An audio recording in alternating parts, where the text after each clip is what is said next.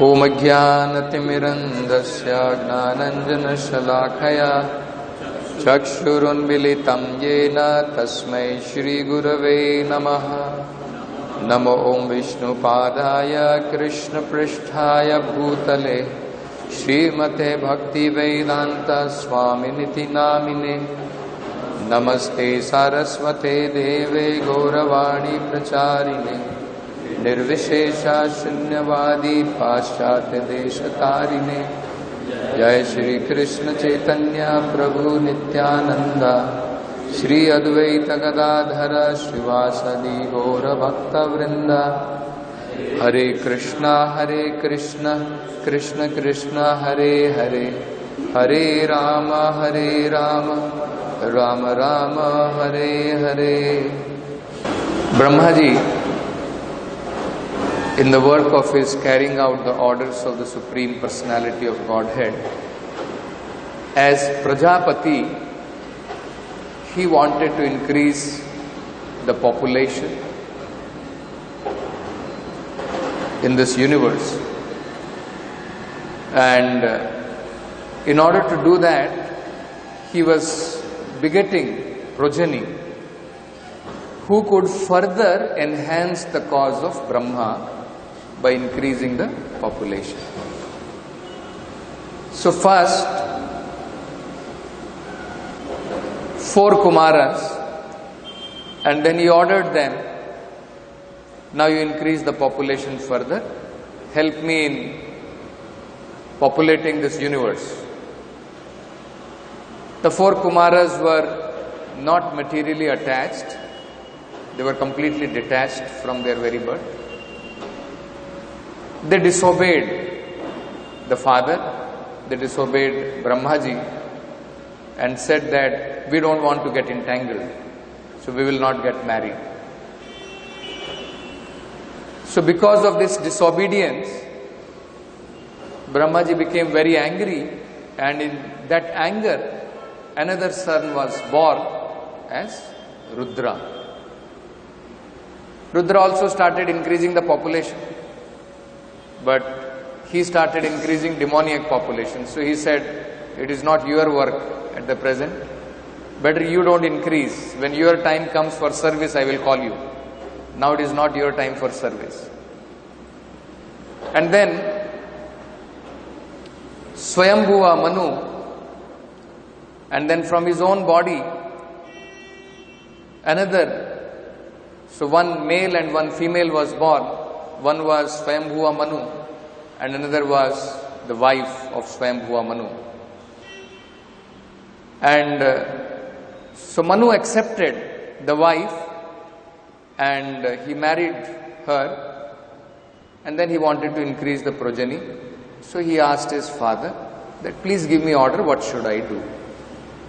So that is being explained here, that after Brahmaji heard so much obedience from Manu, he was very pacified, he was very happy, and that is being explained here.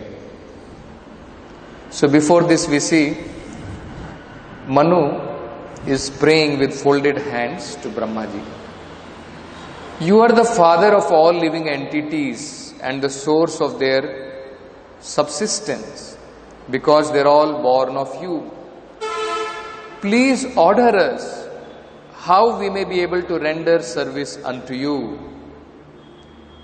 So, as a very obedient son,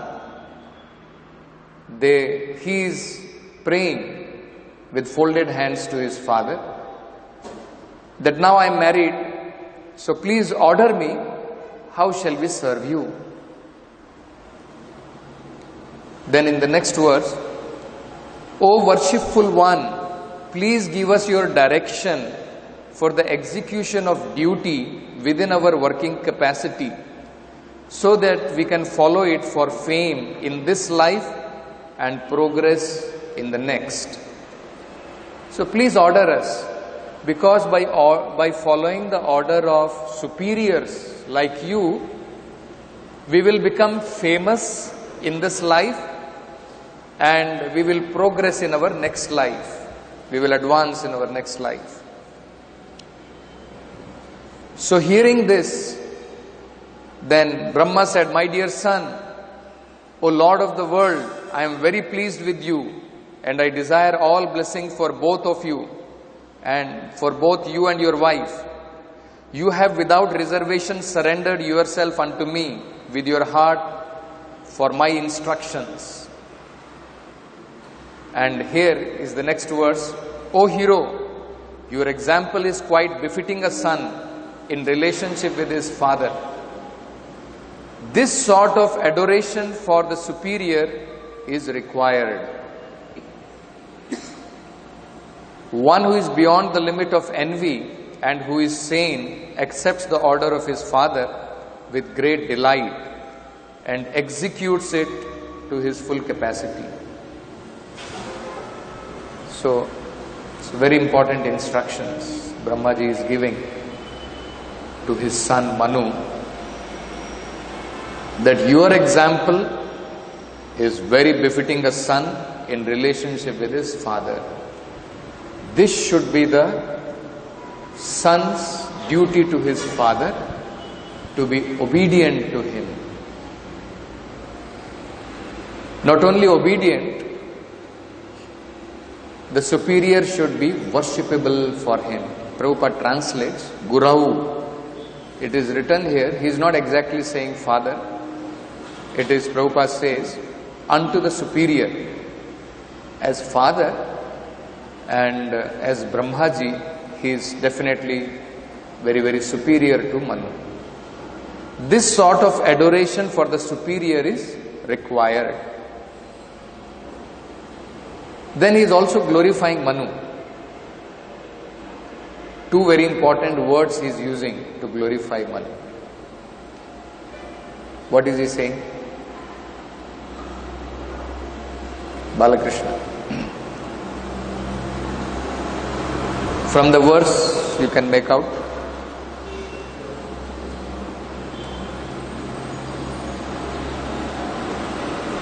He is saying, one is, you are beyond the limit of envy.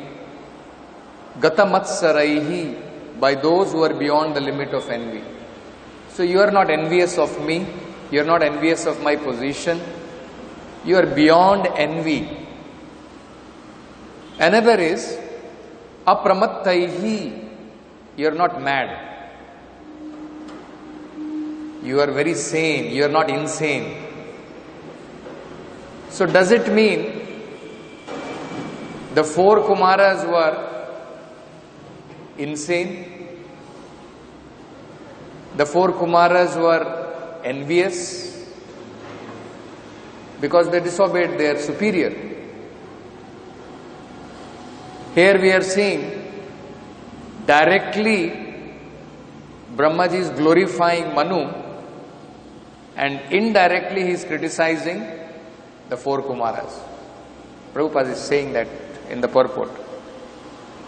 When the four previous sons of Brahma, the sages Sanaka, Sanatana, Sanandana and Sanat Kumara, refused to obey their father, Brahma was mortified and his anger was manifested in the shape of Rudra.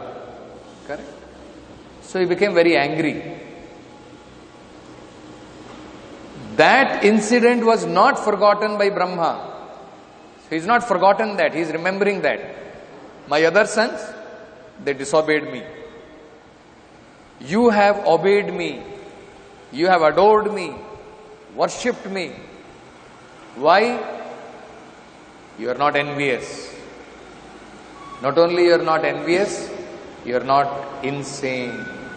You are sane.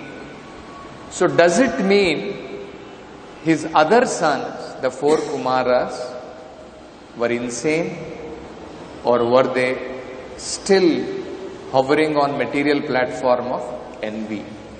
That is very important to understand. That Prabhupada clarifies. From the material point of view, the four sages' disobedience to the order of their father was certainly abominable, but because such disobedience was for a higher purpose, they were free from the reaction of disobedience.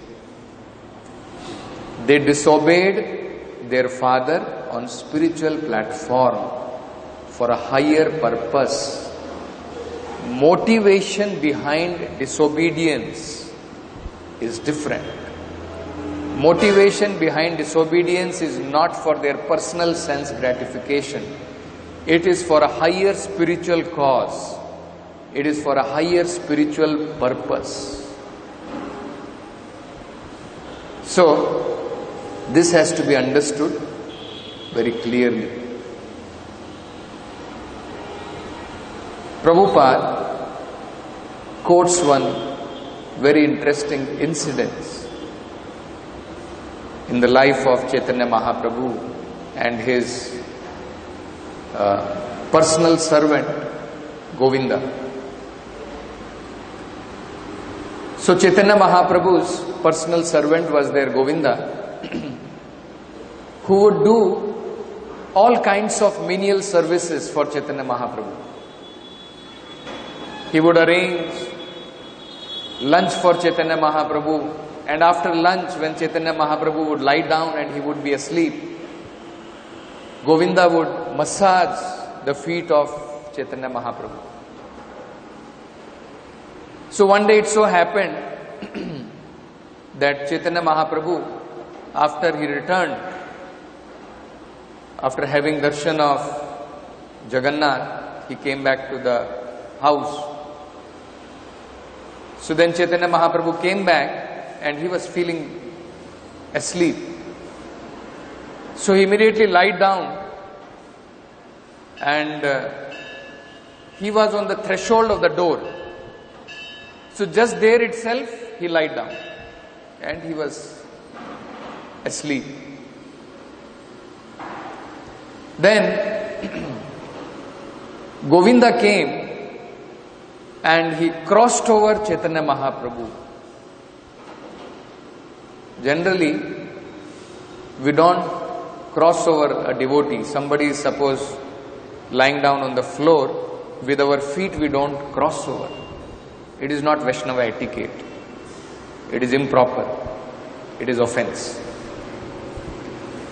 So, still Govinda crossed over the Lord and he started massaging the feet of Chaitanya Mahaprabhu, who was asleep.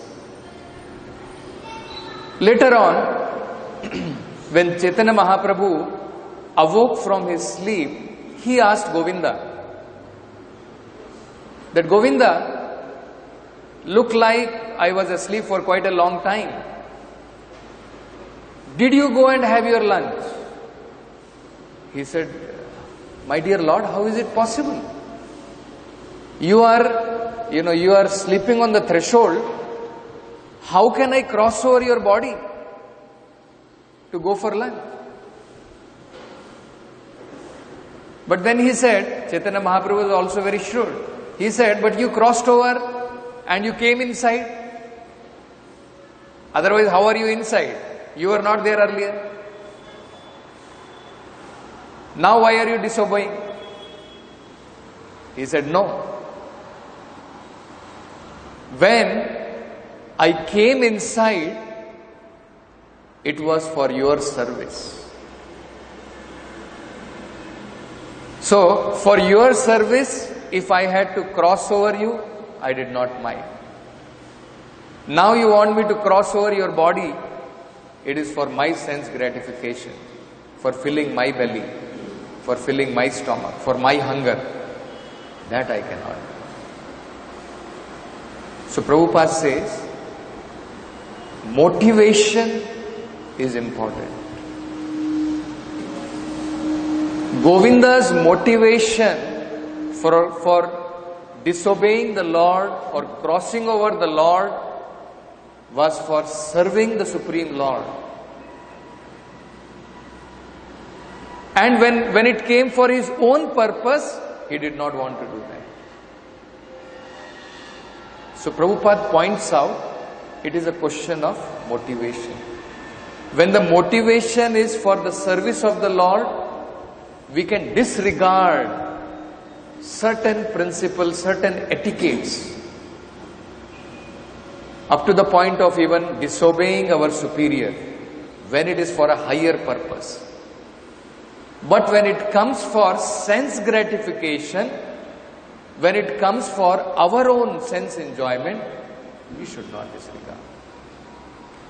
So a clear example by Govinda shows this, that when it came for his own personal filling of his stomach, he did not want to do ulanghana, he did not want to cross over the body of the Lord.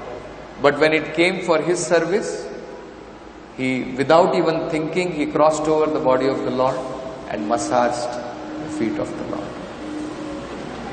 Prabhupada gives another very beautiful, important example, that how sometimes for superior cause, sometimes for a higher cause, sometimes for spiritual motivation, one can disobey his higher authorities, even his spiritual master, which is not done in ordinary case. Here we are seeing the example of the superiors. Like the superior was Brahmaji. Brahmaji is also like spiritual master to his sons. But for a higher cause, the 4 Kumaras disobeyed. So Prabhupada gives another example. Prabhupada says that Ramanujacharya disobeyed his spiritual master for superior cause. So very interestingly, Prabhupada points that out. Disobedience, the story of Ramanujacharya, is not one of disobedience.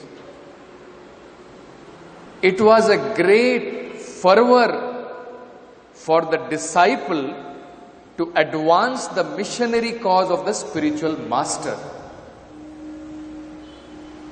Fervor means anxiety.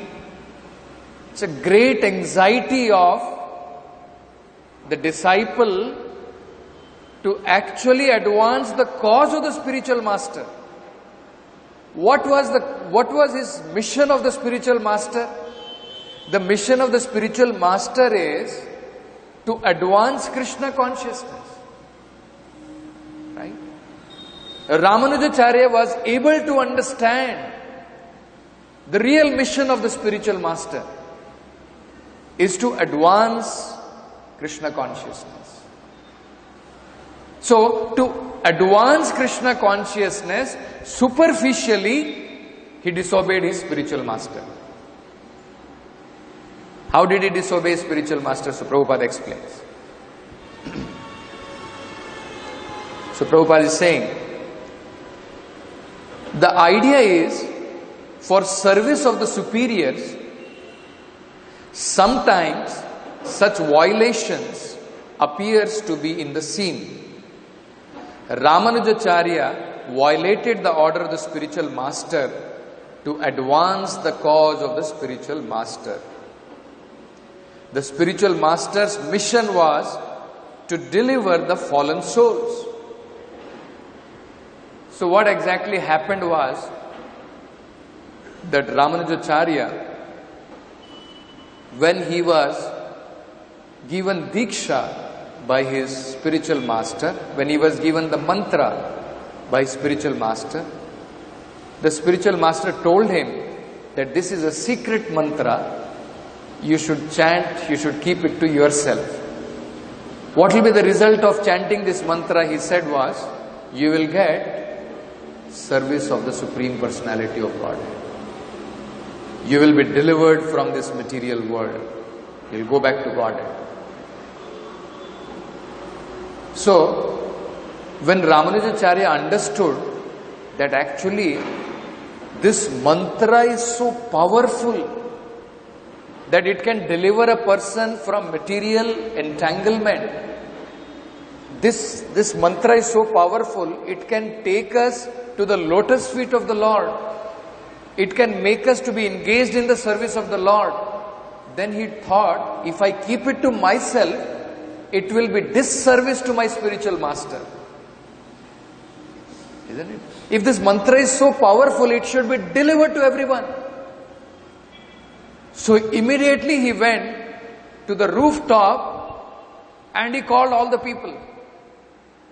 And he said, I am going to reveal to you a very, very important secret. By taking this secret, all of you will be able to come out of this material entanglement. So please hear very attentively. So he went there and at the top of his voice, he was shouting and telling people to chant the holy name of the Lord, to chant this mantra. And Prabhupada explains what happened after that. Ramanujacharya considered if the mantra was so powerful to deliver all persons, why not deliver it to everyone as soon as possible? He used tactics to advance the cause of the spiritual master. So everything has to be judged by the motive. And as the motive of such apparent violation was very good, what was the result?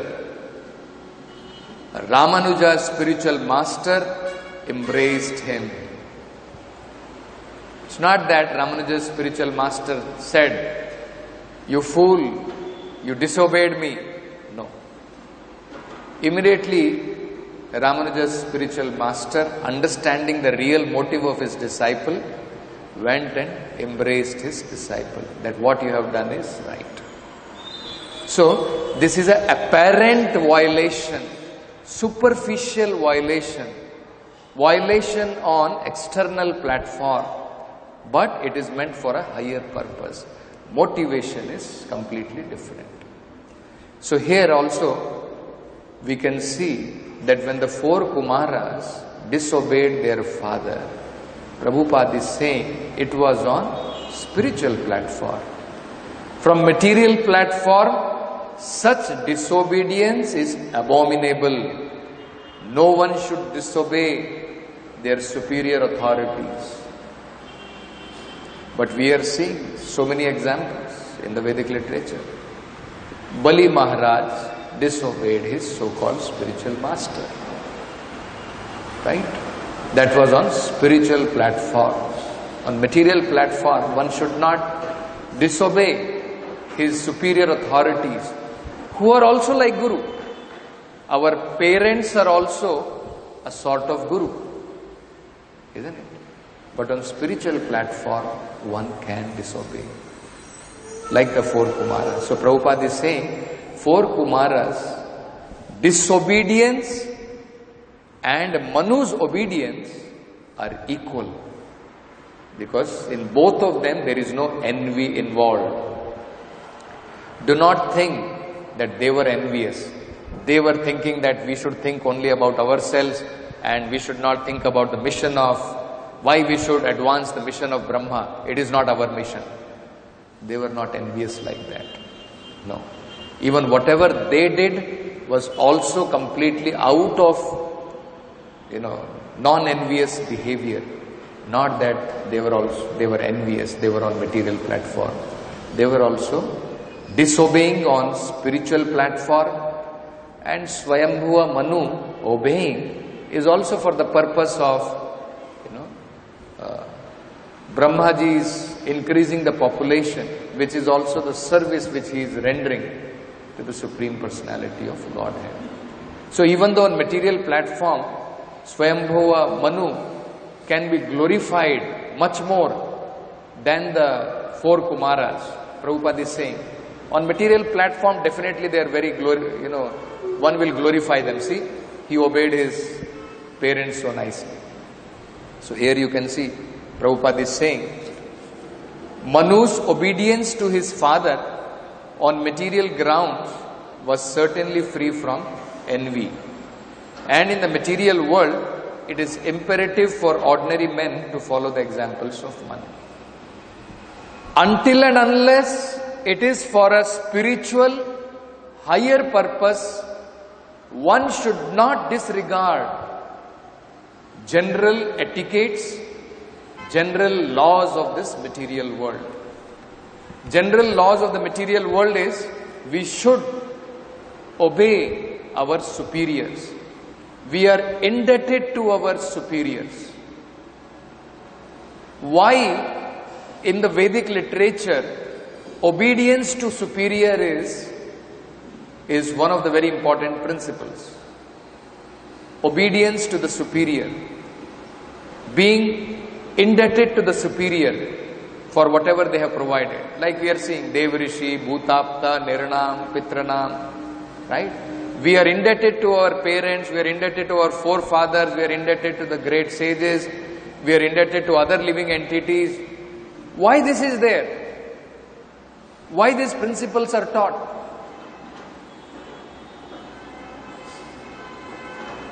Anyone? Why we should be respectful to our parents? Why we should be obedient to our superiors? It could be teacher, it could be parents, it could be superior, god brothers, whatever. What is the principle behind it?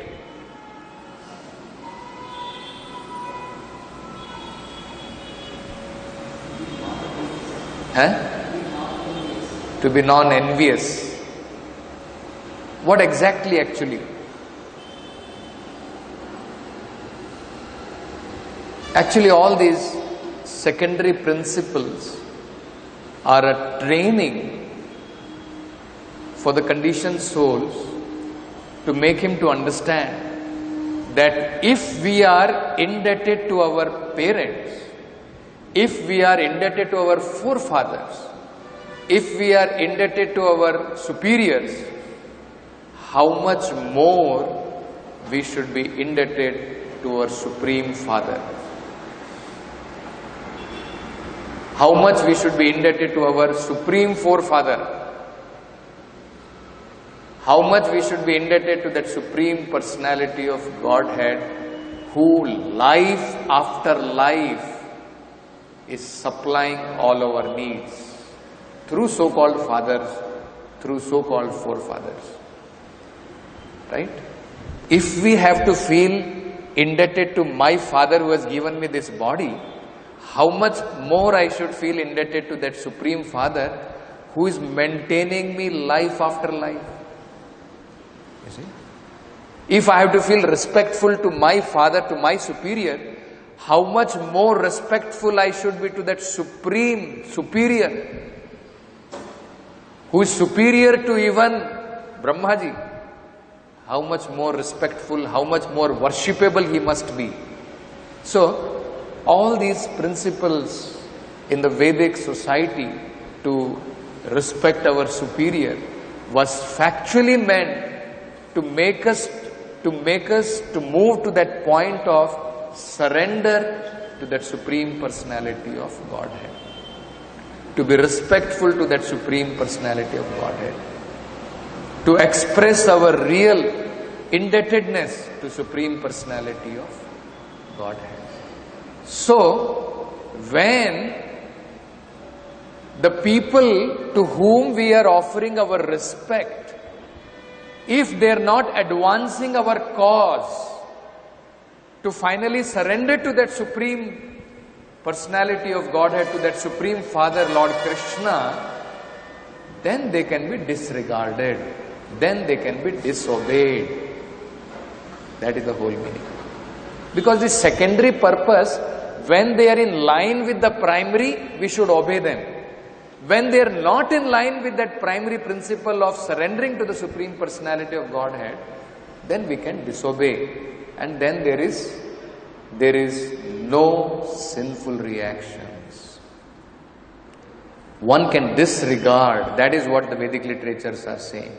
If somebody is already surrendered to the Supreme Lord, Sarvatma ya Sharanyam Sharanyam, then he can give up. Gato Mukundam Parihartya Kartum.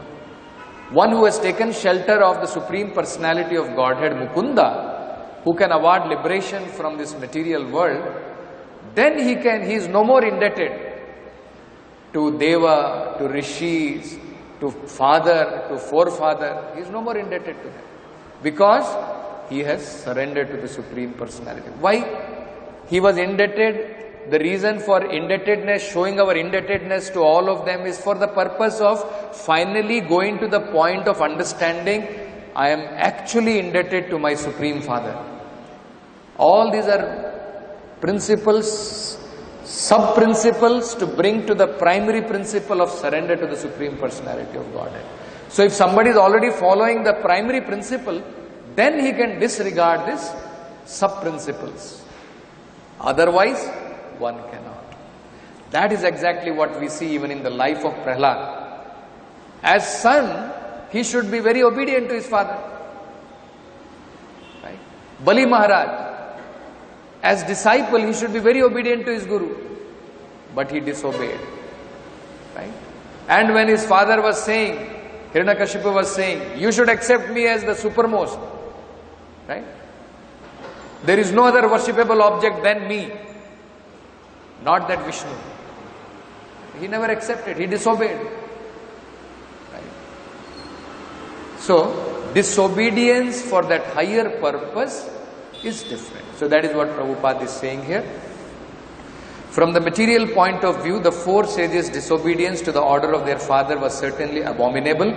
But because such disobedience was for a higher purpose, they were free from the reactions of disobedience. We see this in the life of, even the four Goswamis, the six Goswamis. When Rupa and Sanatana, when Sanatana Goswami was, when they were in the jail, it was Sanatana Goswami.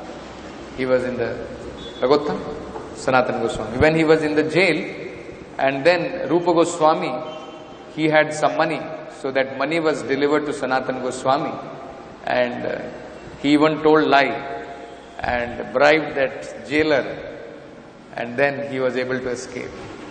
And both of Rupa Goswami and Sanatana Goswami, they would, on the pretext that they are ill, they are not well, they would stay back in the house. They will take leave from their service with that Mohammedan, government. And actually, what they would be doing, they would be only reading Srimad Bhagavatam. So for a higher purpose, they disregarded the land of the law. That can be done only on higher principle. That is what we should understand. For a higher cause, such disobedience for a higher purpose, they were free from the reaction of disobedience.